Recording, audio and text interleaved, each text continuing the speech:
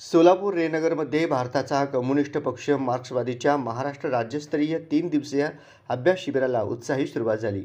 या शिबिराचे उद्घाटन ज्येष्ठ नेते व माजी आमदार कॉम्रेड नरसय्या आडम मास्तर यांच्या हस्ते करण्यात आले।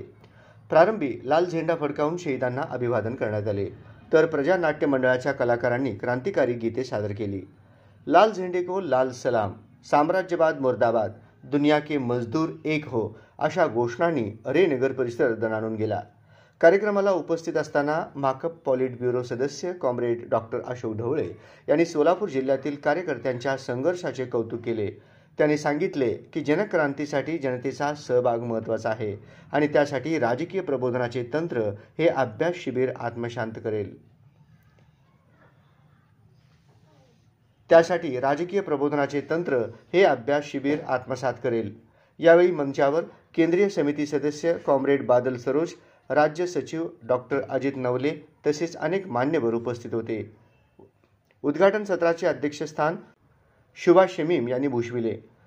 शिबिराच्या निमित्ताने डॉक्टर अशोक ढवळे व कॉम्रेड बादल सरोज यांचा सोलापुरी चादर देऊन सत्कार करण्यात आला। पूर्ण करून आम्ही दाखवणार आहे, त्याकरता ही आमची लढाई आहे। अनेक अडचणी आहेत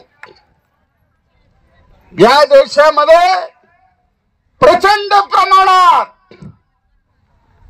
आज माझ्याकडे येऊन महिला रडती, निवडणुकीमध्ये हिंदू कडे गेला, मुस्लिम कडे गेला। हे सोलापुरामध्ये फार मोठं चॅलेंज आम्हाला स्वीकारावं लागणार आहे। केवळ सोलापूरचं नाही, हा महाराष्ट्राचा आहे, देशाचा प्रश्न आहे। म्हणून तुम्हाला सगळ्याला अभिवादन करत असताना आपण लढूया।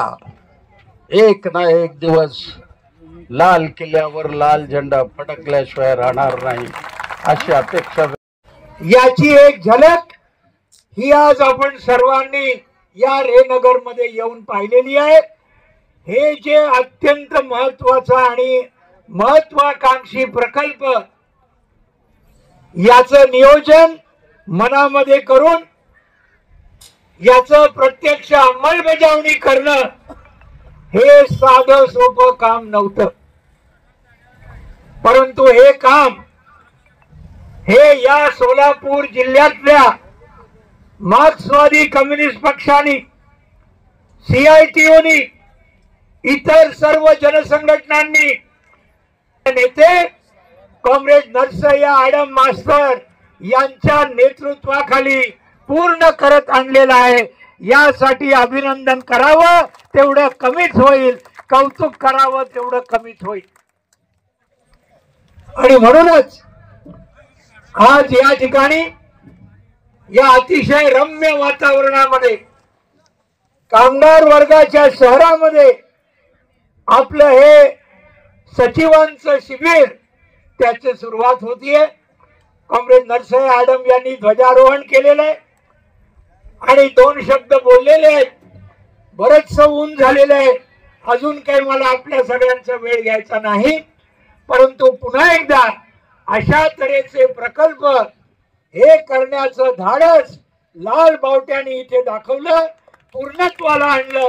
याच्याबद्दल एक जबरदस्त अशा तऱ्हेचं त्या सर्वांचं आणि विशेषतः सोलापूरच्या सर्व जनतेचं अभिनंदन करून आणि त्यांना लाल सलाम। राजा कोई फैसला देगा और सब लोगों को वो बात माननी पड़ेगी, ये तरीका गलत है। और उन्होंने राज सत्ता जो 2 की थी, एक तो जो चर्च था उसकी और जो राजा था उसकी, ये दोनों मिलकर जिस तरीके से यूरोप की पूरी मनुष्यता के विकास को बाधित कर रहे थे, उसके खिलाफ एक आंदोलन विकसित हुआ जिसे कहा जाता है ज्ञानोदय का आंदोलन। और उसने पहली बार ये दुनिया में कहा कि नहीं, तर्क के जरिए फैसला किया जाना चाहिए। उन्होंने कहा कि हर मनुष्य का अधिकार है मनुष्यता के आधार पर अपने जीवन को काटना, उसके जीवन के बारे में कोई फैसला ऊपर से नहीं लिया जाना चाहिए। हर मनुष्य को अपने विकास के लिए अवसर देना चाहिए। तो लोकतंत्र की बुनियाद वहीं से निकल कर आई।